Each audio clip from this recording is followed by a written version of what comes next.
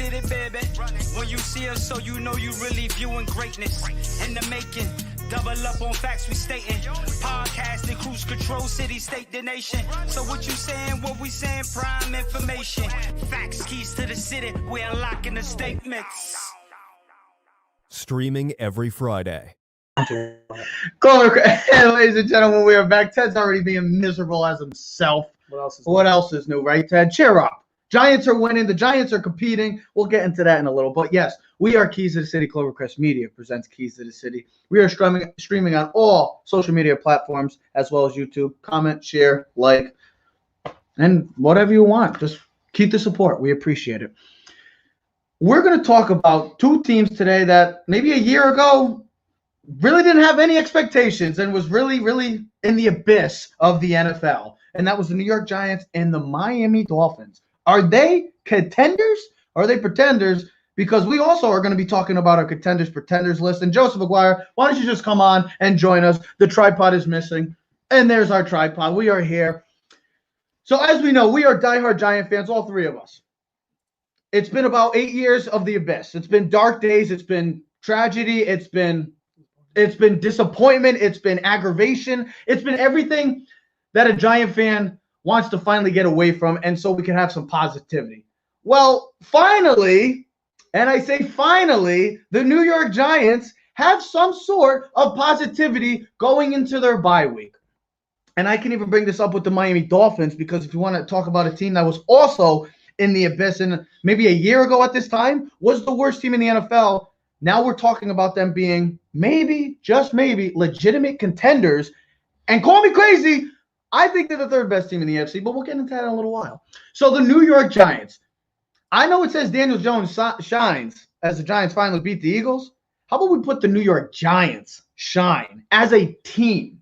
Coaching, special teams, defense as expected, and the offense, the running game, the clutch passes. I should also add into that with Daniel Jones. It's been long overdue. And if you really want to think about it, the Giants should have swept the Eagles, and the Giants already swept the Washington football team. So if you really want to think about it, the Giants should be with one loss, and hell, they shouldn't even have that loss as well. So now we finally get into some sort of direction. And I think, like I said last week, and you guys can come in whatever you want, either one of you. We talked about this last week. This was the biggest thing with the New York Giants coming into the season for me was, I know we had to deal with COVID, but we needed a direction. Well, ladies and gentlemen, I know we're 10 games in.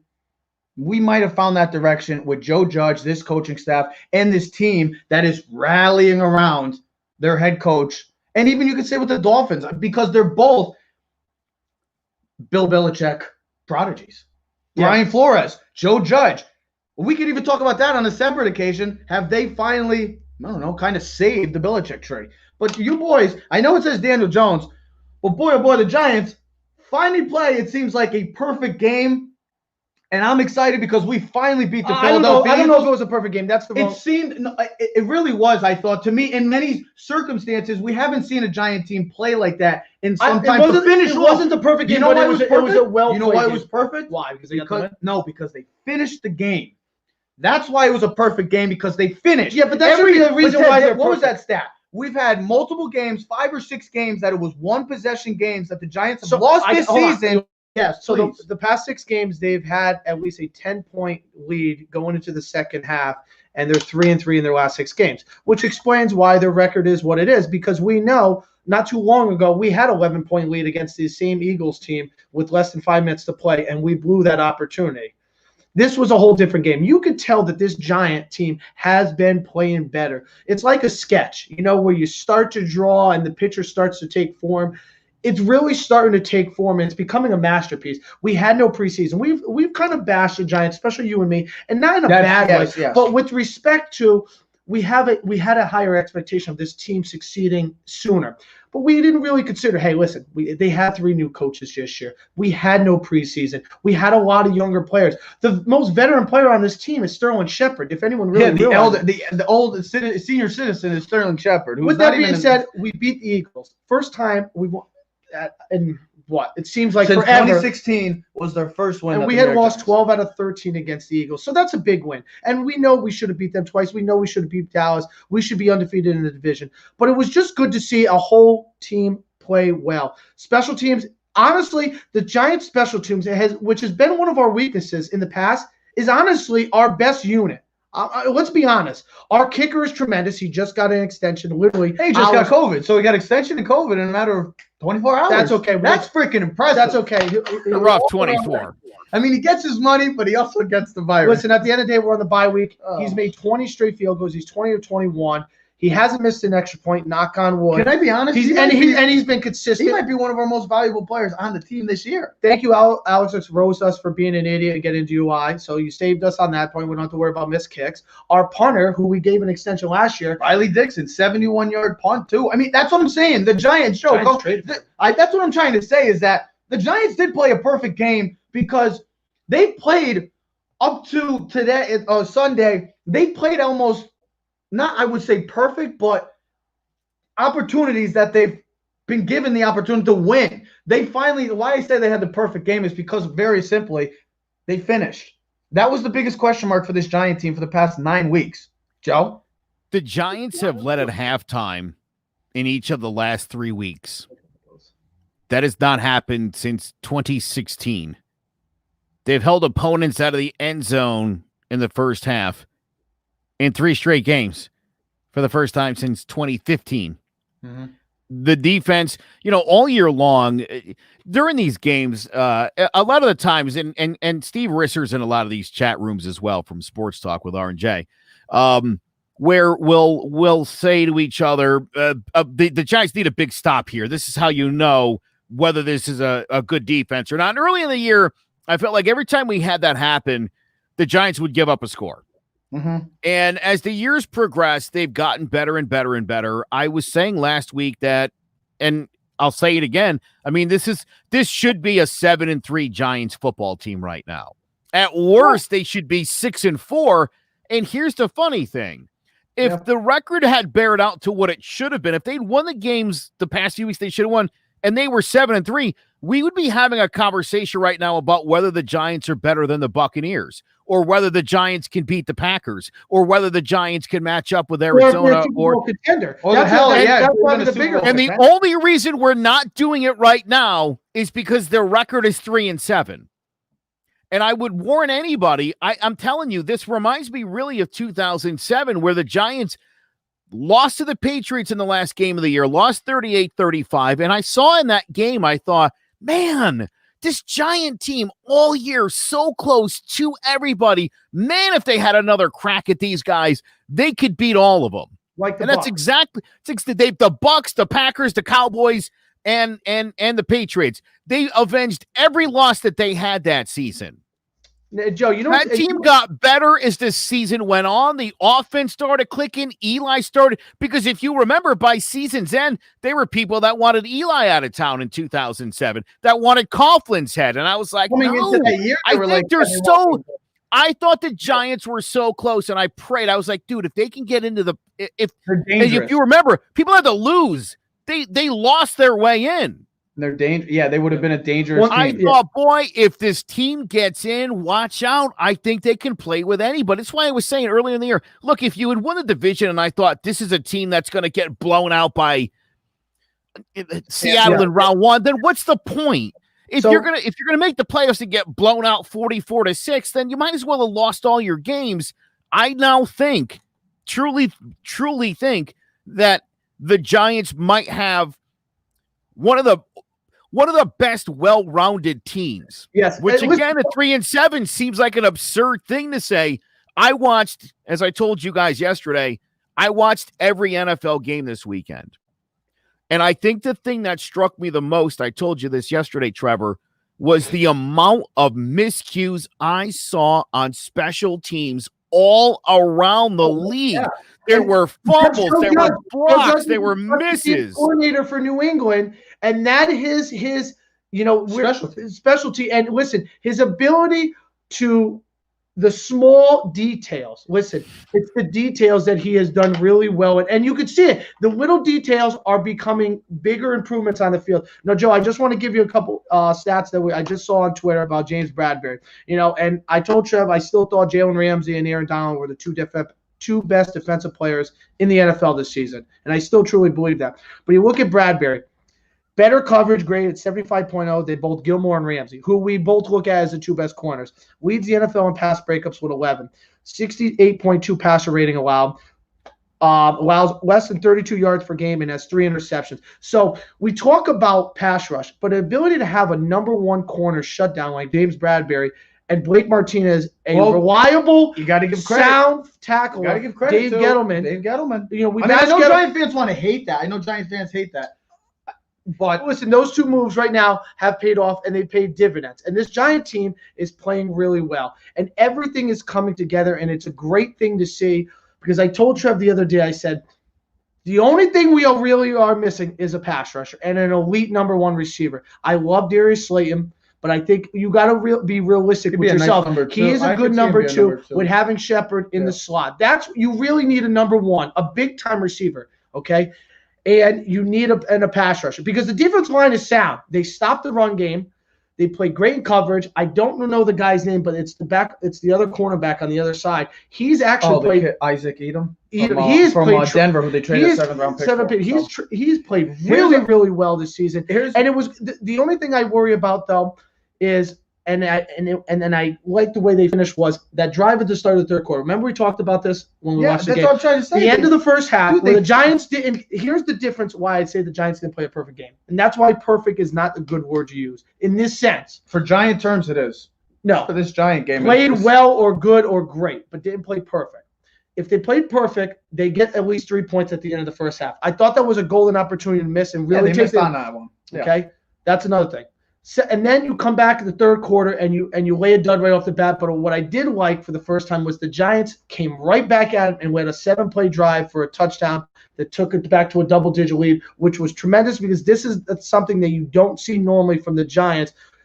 Now, or at least what we haven't seen in the past few years. Now, here's the thing also, Jace, I've been seeing – trust me, why I'm saying we're finally seeing – I mean, this is what we knew the Giants could be with all those games. They've had their opportunities – to finish games. It's just coming into this Week 10 game, they just didn't finish. And that's why they were 2-7 going into this game. Now they're 3-7 because they finished. That was always the biggest knock that this Giant team has had, and maybe with the exception of Daniel Jones' up and down inconsistent play. No turnovers for 2 weeks in a row, and that plays a huge part. Line has played great. The offensive line has played very well for the past couple of weeks. Shane Lemieux has been beautiful, a plug-in place, and he's been taking care of business. And I'm impressed with the offensive line. Wayne Goldman, I'm extremely impressed with him. I hope they can resign him so they can team up with Saquon going forward the 4. And then Daniel Jones, if he can continue the no turnovers, which let's pump the brakes because we haven't seen it. I know it's only been 2 games, but if you continue that, hey, the Giants could be scary, Joe.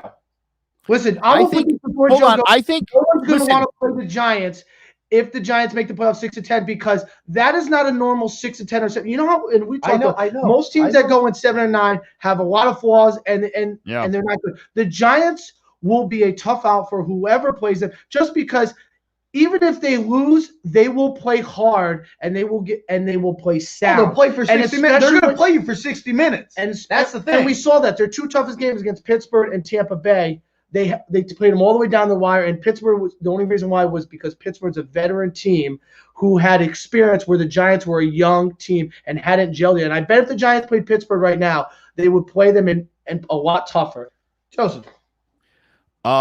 If you watched what the Rams defense did to Russell and the Seahawks yesterday, there's no reason to think that the Giants can't beat the Seahawks. And they'll have that chance in a couple weeks. I'm telling you. The key is they got to get the pressure. If they could get pressure on important. Line is very suspect, and we'll talk about it in a little while of contenders and pretenders and why I think the Seattle Seahawks prove to me that they are still pretenders. The offensive line, if they could get pressure, and they're going to get McKinney back, they're going to get the X-Men back as well, and they're getting Tay Crowder as well back, and who else? Graham Gano will probably be, hopefully. Zyler will be back. Hopefully, Zyler will be out of Listen, concussion they're going to protocol. have 13 days to recover. And then Gano hopefully is 100% after COVID. So, like we talked about the Yankees thing last year.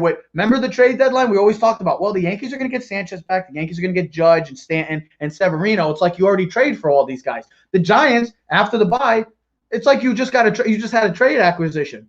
So you're getting all these guys back to already I guess I could say a stout defense right now in the NFL. You're adding more pieces, younger pieces, and I can't wait to see Xavier McKinney finally get on the field as well. It's only going to add great versatility to that defense, who already has Jabril Peppers. And I'm telling you, I told you this the other day.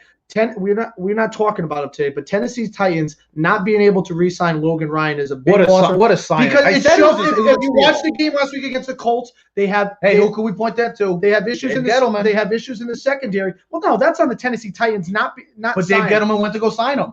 He could have went to the Jets. He wanted to come back to New York. The Jets needed him, but guess what?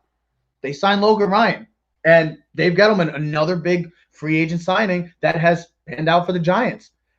All I was going to say is, you look at this NFC East right now, they struggle against everyone else except when they play one another. What I was thinking is we should just have everybody play to get into the playoffs, and the NFC East should just play against themselves and see who wins. Because it seems like none of these NFC East teams wants to beat anybody else in the NFL other than themselves. So if I may back up your stat, Trev, and we were just reading the post, Joe. So here's the thing. All 4 NFC East teams have a combined total wins of 10. 10 wins through 10 weeks of the season.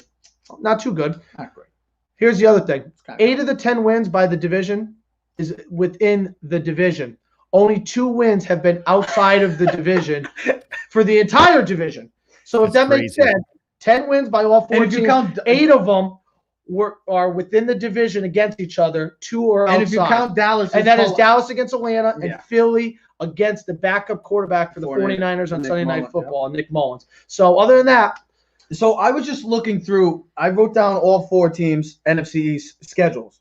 Now, all 4 teams have tough schedules going ahead. I know everybody wants to say, well, the Giants are the best team in the NFC East right now. But they have a tough schedule.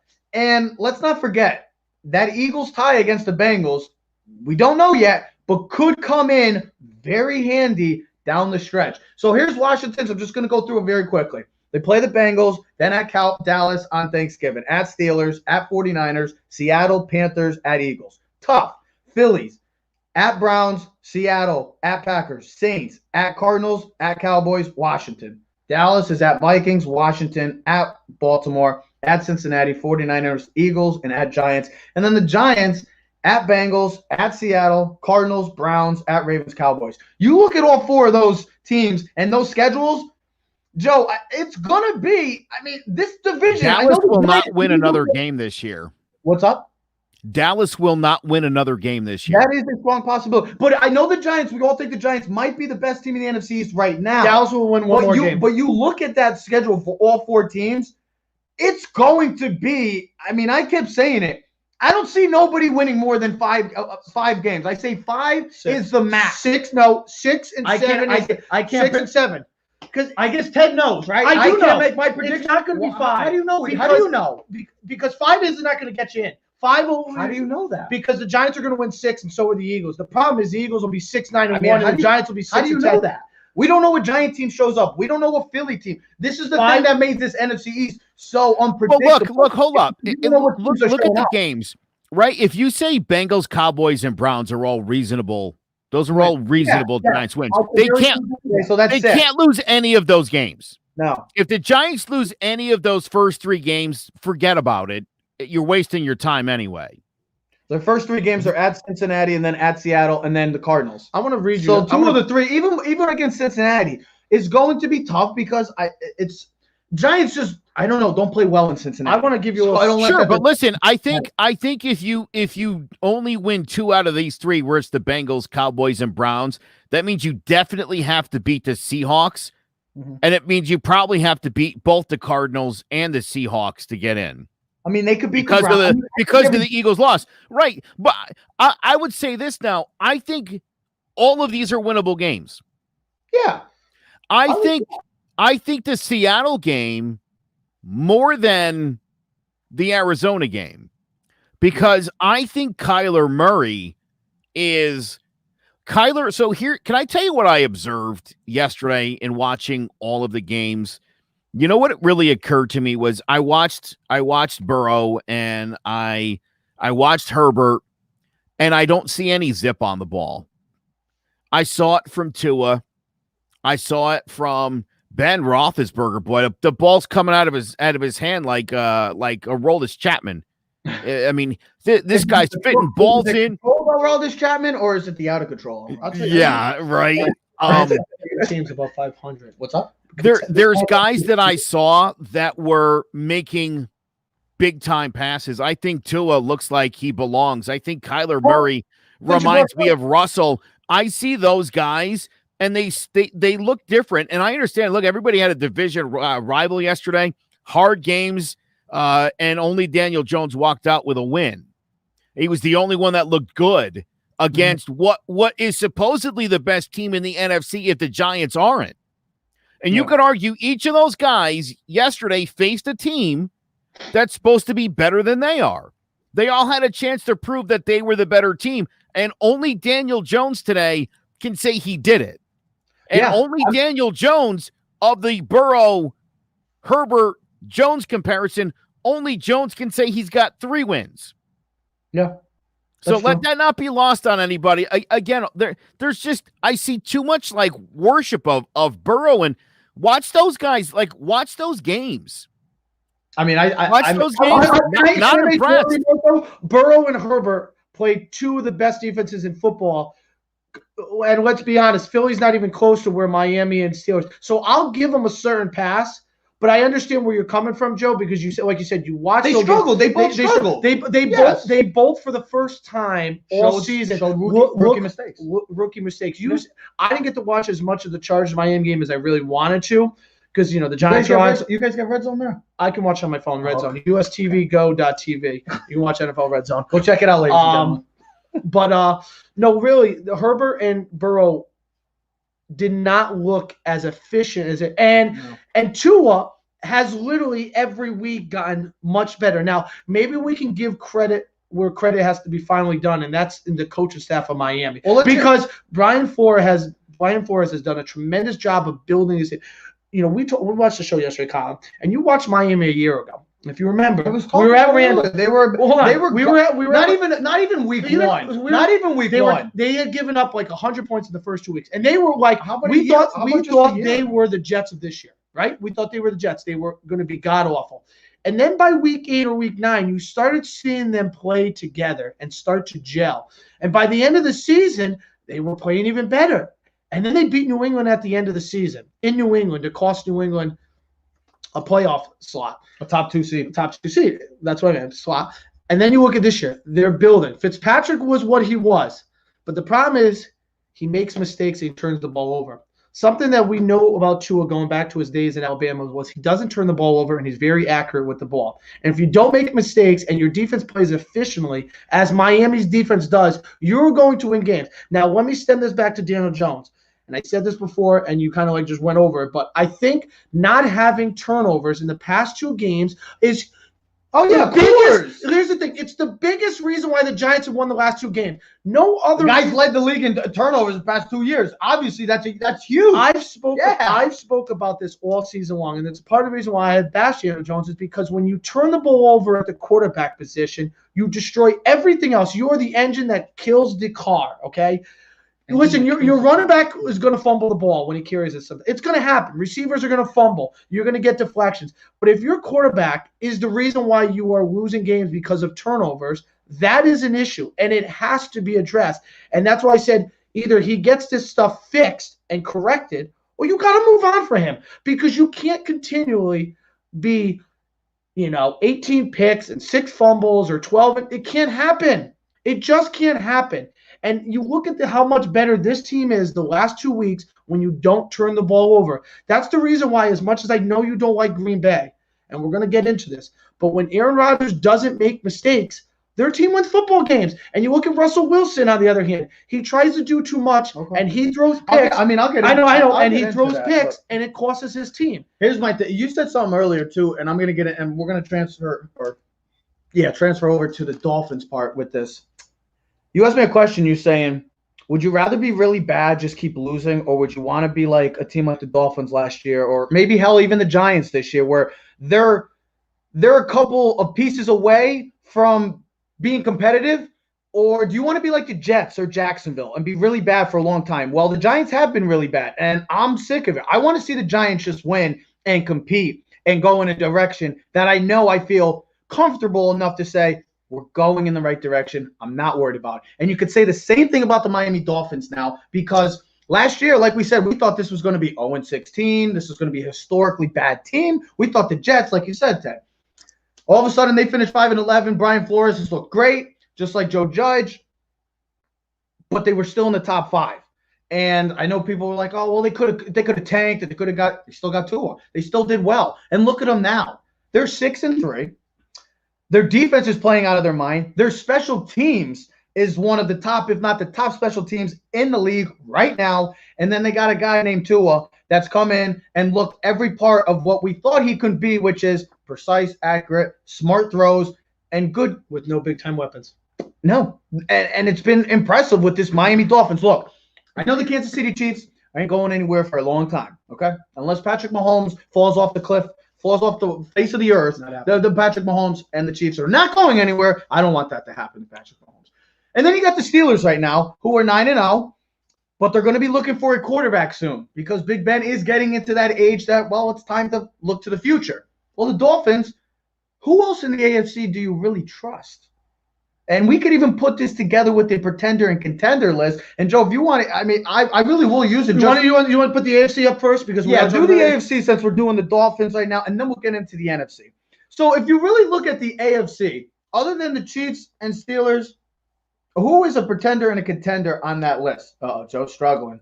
No, that's okay. It's going MIA. Listen, but I'll go through the team. Before you do that, because you asked the question out loud. Yes. And maybe me and Joe can still answer the question while he's trying to figure out how to put this up. But that's okay. He looks lost right now. I would put the Dolphins 4th. I know people are going to probably jump down my throat on this, but I still take the Ravens at 3rd. They are missing multiple guys on that team. They have a bunch of key major injuries. Now, Ronnie Stanley ain't coming back. We know that. Nick Boyle ain't coming back. There's their blocking tight end, and there's their best offensive tackle, their left tackle. Mm-hmm. They've also their guard Yonda had retired this season. Yeah, Marshall Calais Campbell is out, and their biggest thing, and we haven't seen Dez yet. I don't know what Dez is going to look like, but we know they miss a number 1 receiver. Now, you and me have said this, and maybe we're the idiots, but when you watch these teams play, Joe, what made Baltimore so great last year? Lamar's ability to run and just run, like use him what he does great at. He's a runner first and a thrower second. This is not Russell Wilson or Kyle Murray where they're passers first and the ability to run. So here's the AFC list. Thank you, Joseph, for bringing that. Here's my thing that people tick me off about with the whole Ravens thing, because I'm a big believer in Lamar Jackson. Everybody's like, well, he's not Patrick Mahomes. I'm not going to swear, but no blank Sherlock. He's not Patrick Mahomes. No one's Patrick Mahomes. Lamar Jackson is the best athletic quarterback we've ever had. Stop comparing to Michael Vick. He's better than Michael Vick, plain and simple. Michael Vick never won an MVP. He's a better thrower as well. Okay. I saw a play last night or Sunday night that ticked me off to high heaven.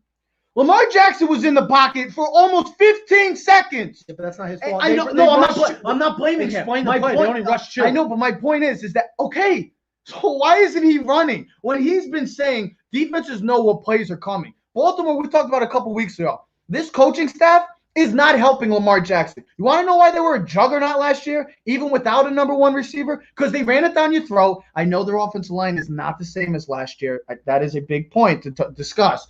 But they ran it down your throat, and you had your MVP quarterback who no one could stop last year. All of a sudden, they're just mediocre, this offense. I know you can blame on Lamar, and he sucks. He doesn't suck. He's 23 years old, and he's an MVP already. How can you say he sucks when he won an MVP? You're just a fool. What was he, 28-5 or something going into? I know he hasn't beaten the good teams. I understand that. But doesn't mean But he's 23 years old, and he's only going to get better. I think the biggest point you want to say is, listen, and when you said Mahomes, I think you need to explain it in this sense. He's not a pocket passer, yo. I watched Sunday night's game. It's a rainy game, right? So, Joe, if you're was a monsoon. if you're the head coach, right, and you're like, okay, it's pouring raining. So what do we want to do? We don't want to throw the ball around because the ball could slip around, guys. Wouldn't this fit right into your game plan? So if you're like if you go back to even high school football, if you're a running team, that works perfect compared to a passing team. You run the football, and because if you think about it, that's what New England did. They did what Baltimore did to them. And Steve, I agree. He is a top 10. He could be top 5 because it's funny how people jump off the bandwagon. A year ago, he was like, he's the best quarterback in the league, or at least top 3. Now it's like, I don't know if he's good enough. It's how fast we change our decisions nowadays. My thing is opinions, I should say. I'm watching Lamar in the pocket, right? And he's standing there stiff, Joe. He's not Tom Brady. He's not Tua. He's not Rodgers. He's not any of these quarterbacks that is on that picture. He's not a pocket passer. So what makes him so special? He is a running back with the ability to throw the ball like a quarterback. So use him like that. I know you want to prevent him from getting hurt, but you know what? Your team is hurting because of that. Run the football. Almost limited. Use him in more rollouts. Use him in more ability. Make him, because I'm watching his numbers are drastically down. Because I'll put it this way. Kyler Murray is a passer first, but he's got 10 rushing touchdowns. And he's going to break the record probably this year. He's on pace to have 4,000 yards passing and 1,000 yards rushing. Could he win MVP? Why can't Lamar Jackson be that guy? Joe, let me ask you this question. You look at the contenders-pretenders list right now. Do you have any disagreements? And if so, do tell. And after that, I want to tell you why I have my setup the way I do. And I'm in agreement with you. I think the best team on the pretenders list is the Raiders. Over the Colts? Dude, yes. I'm intrigued. I only say this because I think, if you follow the season Phillip Rivers is having, it's just week by week. It's old Phillip Rivers, garbage Phillip Rivers. They have a great defense. They do have a great defense. I just think that the Raiders' offense is good and consistent. Their defense, not great, but I think I just put more faith in that. Out of all the pretenders, you would take the Raiders. I would take the Raiders. I would take the Colts only because Rivers can make the plays when needed to, and I trust Frank Reich. And at the end of the day, in NFL, we always don't want to say it, but defense can help you win. I mean, like we talked about the Giants, just make one stop here and there, and that's what the Colts can do. Here's the thing. I'll explain it the reason why I have it this way. Josh Allen, and I had Josh Allen in the picture, I think he's good enough to win and get to the Super Bowl. But he's still a question mark. And that defense is not as elite as it was last year because they lack a serious pass rusher. The Raiders don't have a good enough defense, but we saw them go into Kansas City and beat Kansas City. Now, they play this Sunday Night Football. I like to see the matchup again because the Raiders are on a roll. Let's see how the Chiefs are going to roll. Okay. The problem with the Browns is they got a good defense, and they got a great running attack. They just had 2 running backs this week go over 100 yards. The problem is could keep them alive. The problem is Baker Mayfield. Yep. You're at the end of the day in the playoffs. Your quarterback. Do you think losing Beckham? Your quarterback, Beckham is a huge. No. Okay. It is a loss. It is a loss because you want to be able to make the play. But can your quarterback make that 2 or 3 big throws on 3rd down in the playoffs when you need them to make the play the most? And like you said, Joe, the Rivers thing is the question mark with them because they have a good running game, they have a great offensive line, they have great defense. But is Rivers going to be Phillip Rivers of the old and make that turnover when? It's going to kill you. He looked good last week against Tennessee. I know we forgot about Tennessee as one of them too. I would have put Tennessee. The only reason why I had those is because if you look at the playoff rankings at this present time today, those are the top 8 teams. Tennessee is 9th. That's how it's currently slated based on all the games and all the tiebreakers. So that's the only reason why I have that. I say over Tennessee being in there because I would have Tennessee right down the middle because I think they have a good enough offense. We proved it. They don't have a defense like they did last year to make a play. I really, really am hot. Go ahead, Joe. You look like you want to. Only one team on the right has beaten a team on the left, and it's the team Steve wants to leave off the list. That's an interesting take. The Raiders? That's an interesting take. The Raiders beat the Chiefs. None of these other teams in the pretenders list has beaten a team on the left. We're going to actually get to see Miami versus the Chiefs later in the season. So Miami's got the next couple weeks. They got some very, very winnable games where they can take the lead in the AFC East. Not even just the wild card, but I see them as the best. They're the best team in the AFC East to me, and they're the third best team in the AFC to me as well. I truly believe that because I think this defense is getting better and better each and every week. They have an identity. They believe in their coach. I love Brian Flores. I love the hiring last year, and I think it's going to work out, and it already has been. And I've been a huge fan of Tua. I think he's going to be everything as advertised. And they got a solid running game. I know the receiver. They're very similar to the Giants. If you really want to think about this Dolphins and Giants team, because the Giants lack a number one receiver, kind of like with the Dolphins. The Giants defense has been very good, just like the Dolphins. They've grown, and then they got the New England coaches that they have their identities, and they are buying into these identities. And this is why teams like the Dolphins are growing. And the Giants, you could even say, are growing. And teams like the Jags and the Jets are going this way because they don't have an identity. It's the most important thing for a franchise moving forward and figuring out if you're going to be competitive in this league or you're going to be the laughingstock in this league. The identity is the most important thing. I know the quarterback we always talk about, but having an identity, a true identity, gets you far into this league. And it's happening with the Dolphins, and it could be happening with the Giants. I just want to say one thing before Joe reiterates anything he wants to say is when I look at all 8 teams and while you were talking, I will say this, and the reason why I think these teams are really in a position to all be very successful is the coaching. Look at all the coaches, head coaches on the teams. You can't knock you can't knock any head coach on any of these 8 teams right here. Tomlin, Stepnoski, not Stepnoski. God, what's his name? I forgot. Did I just say Stefanowski? You're thinking. What am I? I'm thinking Bob. Joey's throwing politics. Who would have thought I'd be saying Bob Stefanowski, Joe, on a sports show? No, I forgot. Kevin Stefanski. He's the only one that is still uncertain because he is Whereas I'll trust Flores. Here's the thing about it. And Frank Wright. Hold on. I want to say something about Jason's latest comment. Thank you, Steve. I don't know why I said that. I wanted to say something about that. Are really good but too young. You know what that sounds like to me? It sounds like the 2017 Yankees. Too young, right? But they had a coach that they bought into. I don't care what the management did, but they bought into it. They believed in themselves, and they came to bat, and they came to took care of business. They might not win the Super Bowl, but that's what I'm trying to say is that this Dolphins team, is right there from being a Super Bowl contender. Just like the Yankees of 17, they were right there, and they probably should have won that year, but we all know what happened. Go ahead, Joe. Let me just say this again, and it's important that you apply the logic to where it belongs. We've talked about this. Mm-hmm. If you're going to say that the Dolphins are too young, on the cusp but a pretender, then you would have to say the same thing about the Giants, a young team that's really good and is right on the cusp. Here's the thing. When I put them as contenders, I didn't mean that they're going to win the Super Bowl, but they can make a legit run. And that's the same respect that I have for the Giants right now is they're not the same level as the Chiefs and the Steelers, but they can make noise in the playoffs and maybe knock off 1 or 2 teams because they have team unity and they build it.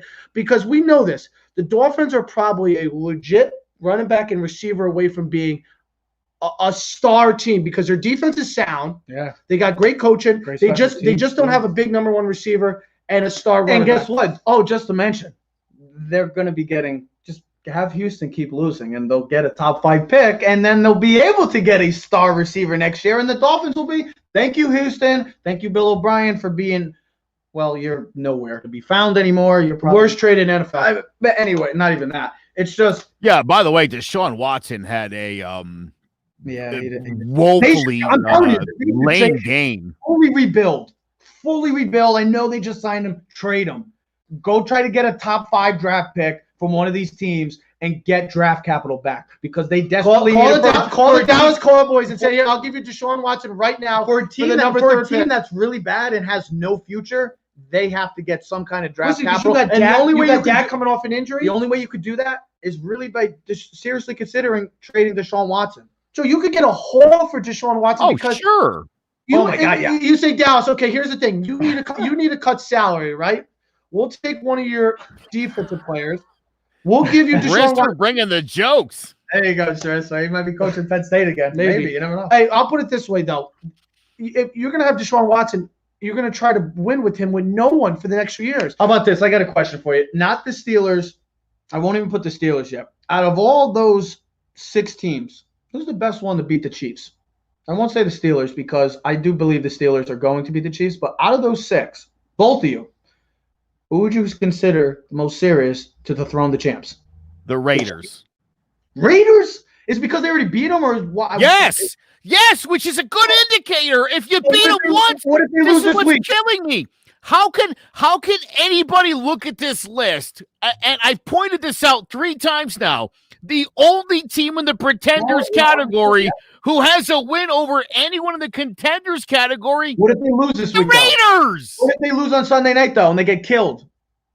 Then then it's over. It's just like that. We'll talk next week.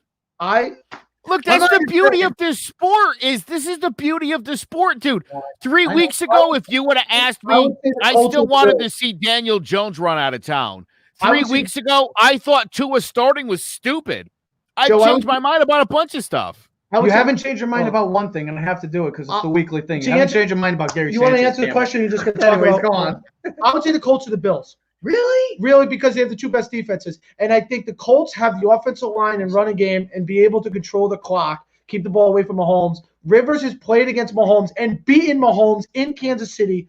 I'm taking the Dolphins. Okay, you trust Frank Wright, and they have the defense. And I think, listen, you watched the game earlier on Monday Night Football. It was crappy weather in Buffalo, but the Bills played the Chiefs tough, and they have a good defense. They do. And Josh Allen, It's not as great as it was. Josh Allen and the Bills can put up points. All right. So I would take the Dolphins. I really think this team is hungry, and the way they're going in the right direction. Tua's only getting better and better each week.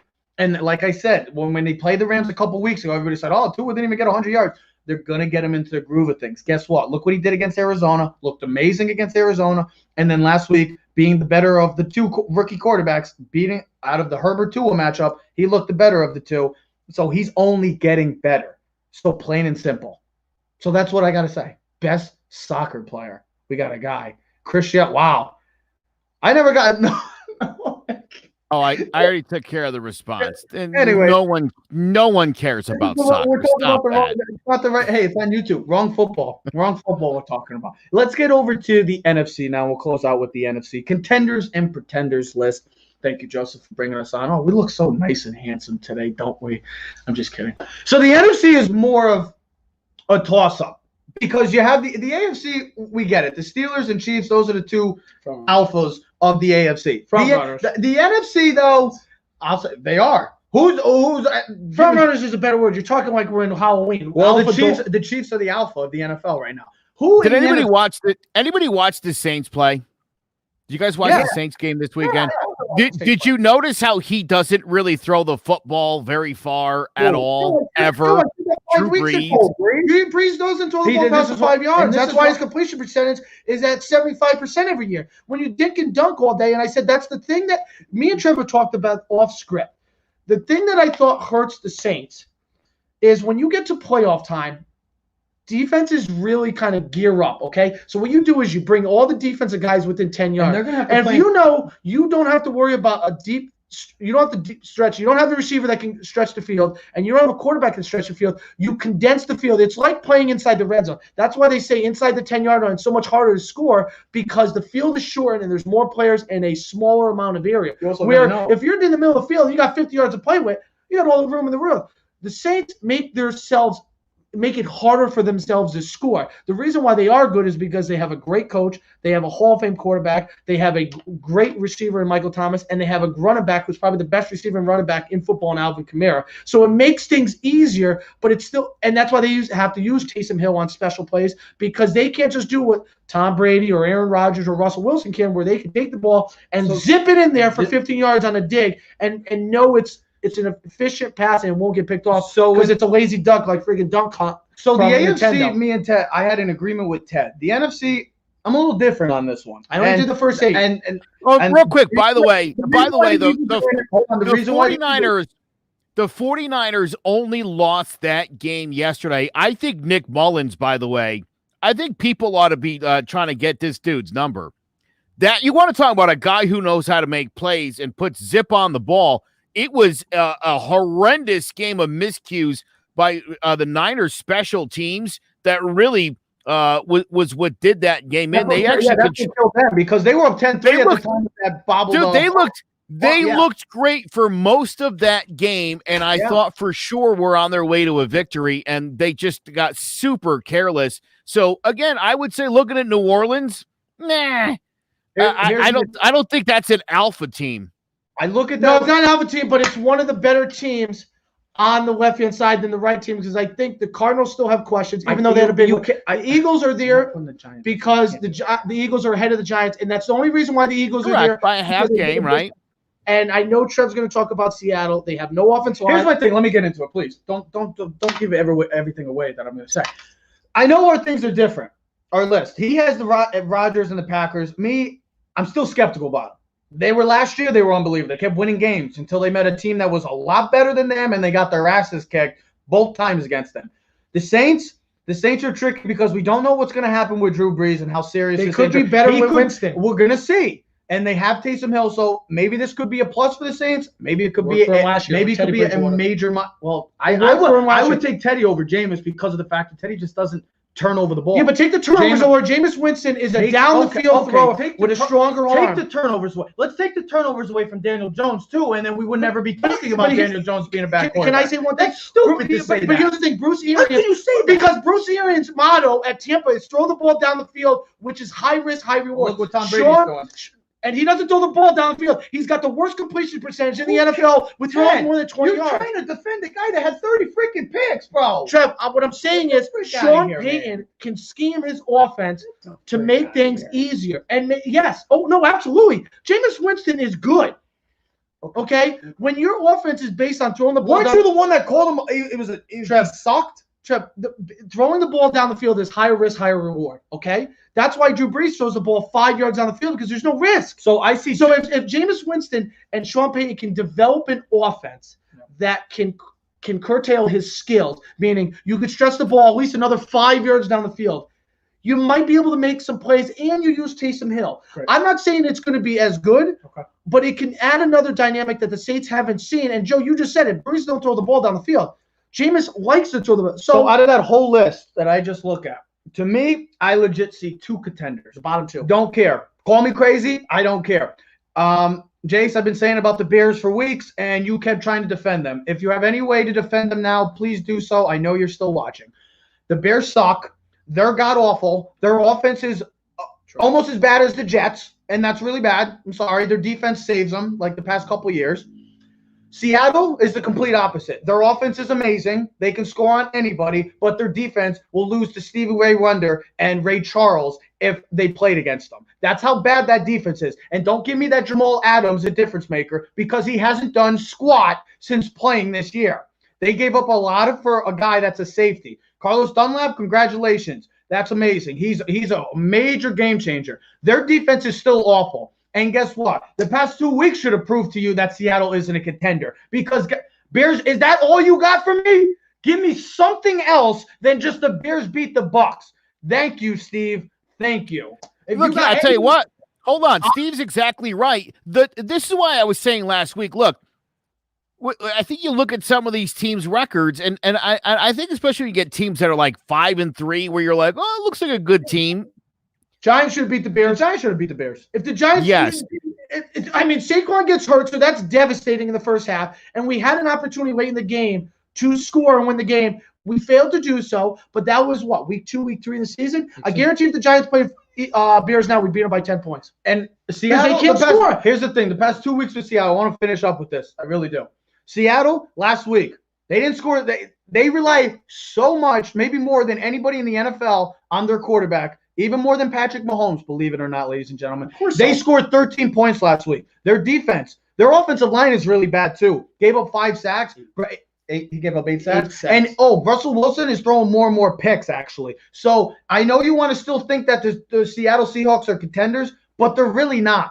Not with that defense. You're not going to stay in games, and you cannot rely on number 3 to win you a game every time because, well, first of all, your defense needs to make plays. They don't make plays.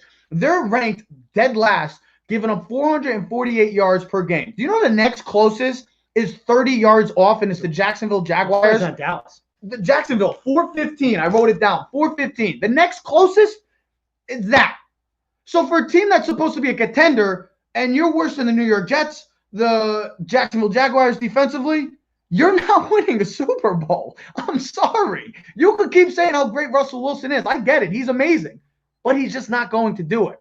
By the way, Jamal Adams is a beast and came up with a couple big plays, including a late sack, which unfortunately they couldn't do anything with it. But Jamal Adams could be a potential difference maker on that defense because you need playmakers. Of course. And he's a playmaker for sure. He hasn't been really bad. He hasn't been good this year. Hasn't been as he was yesterday or Sunday rather. The problem is he's great at in the box, run defense, and rushing the quarterback because he leads the team in sacks. The only reason his ability to guard the pass is a liability, which is actually surprising because if you knew anything from him at LSU, he was an elite defender at all three levels of the field. Yeah. And that's part of the reason why he got chosen at number 6. Because safeties don't go in the top 10 normally. Not unless you're a difference maker and can play all three areas of the field. Why do you think they traded for him? Exactly. I mean, the Rams. The only reason why I have the Eagles, we have the Eagles because they are currently right now in the NFC East lead still. That's hopefully changing. And I had the Bears there because the Bears up until last night were the 8th seed. Listen, the Cardinals are very interesting. Let me just say that because of the factor of Kyler Murray playing and simple. They play Seattle this Thursday. They play Seattle huge Thursday. There's a lot of big games this week, deciding games. We'll get to see the Chiefs and Raiders. We'll get to see a huge Monday night clash between the Rams and the Bucks. And then Thursday night to start off the week is a big division matchup between the Cardinals. The Cardinals they can be the difference maker. They can be the unknown because of Kyler Murray, plain and simple. Because their defense is getting better. But when you have the best receiver in football, DeAndre Hopkins, you have a solid running attack with Kenyon Drake and Kyler Murray, and plus you have Kyler, this team could go places. So they're kind of like the Tennessee Titans for me. They're on the fringe of contender-pretender because of the factor of Kyler Murray. I look at the NFC contender list, the bottom 2 for me. I've been high in the Buccaneers. I'm not changing that. I'm going to stick with it as long as 12 is healthy, and that defense – if they could start picking it up again because they've been struggling the past couple of weeks, they're going to be a very tough out. And then the Rams, boy, are we just like discrediting the Rams because they might actually be the best team in the NFC right now. Their defense is nasty, and you just said it, Stevie. They just shut down DK Metcalf, who up until last Sunday we were all saying maybe a top 3 receiver. Do you guys realize that the Rams under McVay are 31-0 leading at halftime? They've only given up also 1 touchdown in the entire fourth quarter this all season. And when you have the 2 best defensive players in football, and I'll say that, and legit, you can make an argument for other guys. Absolutely. Yeah. Everyone has an argument and can bring your story to the table. It's just not going to be good enough. Jalen Ramsey is legit the best corner in football right now. He's the only guy that can go up against DK Metcalf and literally shut him down because Gilmore couldn't do that. No, and we're going to find out about Bradbury when he faces him in a couple weeks. But Jalen Ramsey is the best corner in football, and that's why you pay him $100 million for him. He's back. And I'm sorry, but Aaron Donald is the best defensive player in football. He's a freak. He causes the most havoc, and you know why? If you remember anything in youth football, if you played football, youth kid, sometimes the most important position was the nose guard. Sometimes it wasn't even the biggest kid. You would take maybe the quickest, fastest kid who would cause havoc, and you put him right over the center and just tell him slant, left or right. Because if you get any inside penetration up the middle, it destroys everything. It ruins the snap from quarterback to center, and then center penetration. Everything else has to bend outside, which makes your defense stronger because now they're going east and west and not north and south. That's a good point, Stevie, as well. Andrew Whitworth. Major loss for the Rams. That could out 4 to 6 weeks. That could be. It was a downgrade. Well, good. He'll be coming. It looks like he'll be coming back for the playoffs, which that will be a huge bonus for them because he's been playing great since the signing going to LA. But I got to look at that list. To me, this is me. I only see 2 legit teams with the Cardinals on the cusp of a contender/pretender because of the factor of Kyler. I was always the nose guard. See, Jace, you were like snacks, bro. You were just eating up both guards and center, bro. Just sitting right in the middle, hog molly when your linebackers Joe, do you agree with the list? Like, same with the AFC. Do you agree with the list? Would you change anything? How do you I'll feel? tell you, if I were to give you my an NFC list, I do believe the Rams are the best team in the NFC currently. And we're going to find out Monday night when they play the Bucs, too. We'll find out what that's like. Okay. Jared Goff to me's looked really good all year. The only game he really was bad was Miami, and that was because Miami's defense just had a. Again, right? I mean, look, I think every team, every quarterback in every team, I think is going to get one or two of those games a year where you're like, wasn't your day. But I think the Cardinals might be the second best team in the NFC. Wow. I think the Bucs. Wow. I think the Bucs are probably 3 for me. I got Green Bay 4, maybe New Orleans 5. Really wasn't impressed with Seattle at all yesterday. I mean, it looked bad, and I'll tell you what, the Giants have a blueprint in front of them for how you go out and beat that team. By the way, the Bears, I'm with you. I thought the Bears were awful when they looked like they were good. They've just let this bear out. We see exactly how bad that team is. The Eagles are in big trouble. Carson Wentz, I don't know how much more time Carson Wentz has in Philadelphia. I'll put it to you like this. The Eagles had everybody back this weekend. And everybody back. They had a healthy lineup. And on paper, it was like, oh, boy, can the Giants handle this team? And then it was 21-3. And I texted a bunch of you guys, and I was like, the Giants are the better team on the field. And Jace got upset. He didn't like that. They were the better team the first time. You're absolutely right. I think it's time for Giants fans to stop looking at everybody else's garbage, like Carson Wentz, and be like, I wish we had that. You don't. I said a couple of weeks ago, go to any team, any fans of any of these teams and tell me you think your team's great, and I guarantee every single one of these teams, the fans know that there's big flaws in them. There's not a Steelers or a Chiefs in the NFC this year. Absolutely, and that's what's going to make that's what makes all these teams interesting, just like the Cardinals, because with Kyler Murray and ability to their offense and their defense has played really well. They have the best, point differential in the whole NFC West with any of the teams. So that's one huge factor. And what was the other stat they had? But I mean, that's huge. If your point differential, considering that division, ridiculous. Yeah, the Cardinals is best in the. I mean, you look at that. We know Green Bay. If you have a physical running game like San Francisco did last year, or like Vikings did a couple weeks ago, you can give them fits. We know the Saints with Breeze out is a big loss, and they can't throw the ball down the field. The Rams, with them, is their defense is legit. Their offense has a couple question marks, and you can fluster Goff. The Bucs, theirs is their offensive line. That is their biggest weakness. If you get pressure like the Saints did both times, Brady can't move in the pocket. You own the Bucs then if you get pressure. And that's the biggest key. Can you get pressure? Because even the Giants, as bad as the Giants is with pressure and not having a legit guy to get to the quarterback, they gave Brady fits. Yeah, they did. So and then the Eagles, we know seem to be falling apart. It's funny. Seattle doesn't have a defense, and the Bears just lost their quarterback and they have no offense. So that pretty much explains. They're going to bring back Mitch. No one loves the Giants more than me. Well, you have an argument. Oh, don't say that. Just because you blindly pick them every week doesn't mean you love them more. Thank you. Exactly. That's just being sometimes a little too much bias. Anyway, look, look. You always have two parents, and you could always say, hey, your mom loves you more because your dad whoops that ass. But you could also argue your dad loves you more because he whooped that ass. Joe, my mom does love me more. Sorry, Ted. Well, I mean, that's a good question. You look at the NFC East, how bad it's been, and you can put that away if you want, Joe, to bring us back. The NFC East has been so bad. When you look at the NFC West, has been unbelievable this year. You have 3 teams at 6-3 right now fighting for number 1, and all 3 could easily have number 1 seed going into the playoffs this year. I'm still sticking. Yeah, the AFC North. Browns, Ravens, and Steelers are no slouches. Here's the thing: we don't take the Browns serious enough. The Steelers, 9-0. Seattle serious enough. The Steelers, I don't. Other people do. The Steelers are 9-0, and then the Ravens. I'm still a big believer in the Ravens, so I understand what you're saying with that. The NFC West has been unbelievable. It's going to be a lot of fun. The AFC looks like it's going to run through either Pittsburgh or it's going to run through Kansas City. Plain and simple. The NFC, well. My mom loves me more because. Oh man, I'm sorry, Jace. I'm sorry. I love how he puts laugh out loud. He put laugh out loud too. No comment. Look, Joe's not happy. Yeah, Joe's not happy about that. No comment, Jace.